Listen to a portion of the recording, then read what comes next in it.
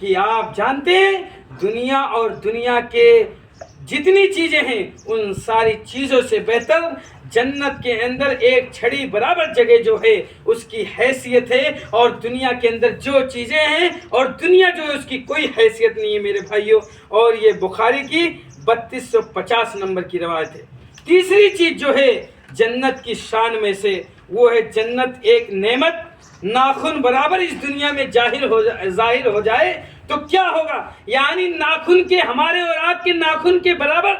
جنت کی ایک نعمت بھی اگر دنیا کے اندر ظاہر ہو جائے تو یہ سمجھ لو سورج اپنی چاند روشنی کو کھو بیٹھے گا میرے بھائیوں۔ سیدنا سعد بن ابی وقاص رضی اللہ تعالیٰ عنہ روایت فرماتے ہیں کہ رسول صلی اللہ علیہ وسلم نے فرمایا لو ان ما یقل ظفر مما فی الجنت بدا لتزخرفت له ما بين خوافق السماوات والارض ولو ان رجلا من اهل الجنة اطلع فبدا اصابره لتمس ضوء الشمس كما تطمس الشمس ضوء النجوم کہ جنت کی چیزوں میں سے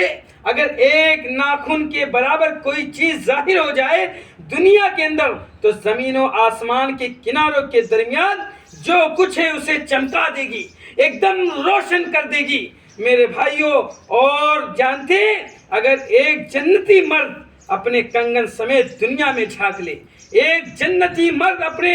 کنگن کے سمیت دنیا کے اندر اگر جھانک لے تو سورج کی روشنی کو اس طرح ختم کر دے گا جس طرح سورج کی روشنی تاروں کی روشنی کو ختم کر دیتا ہے میرے بھائی۔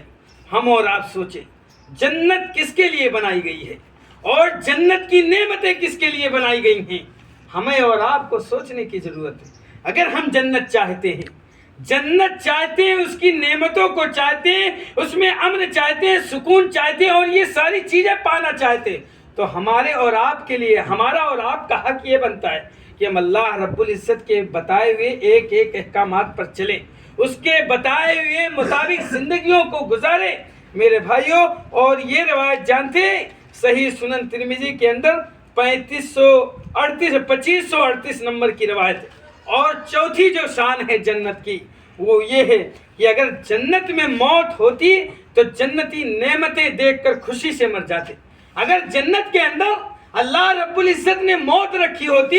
ایک ہوتا ہے کہ خوشی سے مر جانا، انسان ان جنت کی نعمتوں کو دیکھ کر کے ان خوشیوں سے مر جاتا کہ اے اللہ رب العزت تو نے مجھے اتنی نعمتیں دے دی ہے، میں اس خوشی کے مارے مرے جا رہا ہوں۔ میرے بھائیوں سیدنا ابو سعید خدری رضی اللہ تعالیٰ عنہ سے روایت ہے کہ رسول صلی اللہ علیہ وسلم نے فرمایا اذا کان یوم القیامت اوتی بالموت کالکبش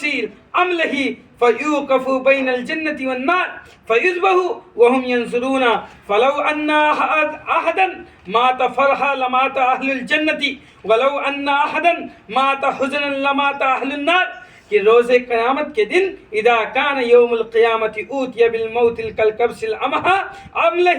کہ جب موت قیامت کے دن موت ایک چتکبرے میڈھے کی شکل میں جنت اور جہنم کے درمیان کھڑی کر دی جائے گی، جب فیصلہ ہو جائے گا سب لوگوں کا روز قیامت کے دن ایک چتکبرے میڈھے کی شکل میں اللہ رب العزت جنت اور جہنم کے درمیان اس میڈھے کو کھڑا کر کے اور اس کی کھڑا کی جائے گی اور اسے ذبح کر دیا جائے گا کہ اب موت کسی کو نہیں آئے گی میرے بھائیوں۔ اور جنت اور وَهُمْ يَنْظُرُونَ فَلَوْ أَنَّ أَحَدًا جنتی اور جہنمی لوگ اسے دیکھ رہے ہوں گے۔ اور اگر خوشی سے مرنا ممکن ہوتا فَلَوْ أَنَّ أَحَدًا مَاتَ فَرْحًا لَمَاتَ أَهْلُ الْجَنَّةِ اگر خوشی سے مرنا ممکن ہوتا تو جنتی خوشی سے مر جاتے، اور اگر غم سے مرنا ممکن ہوتا تو جہنمی غم سے ہی مر جاتے میرے بھائیوں۔ ہم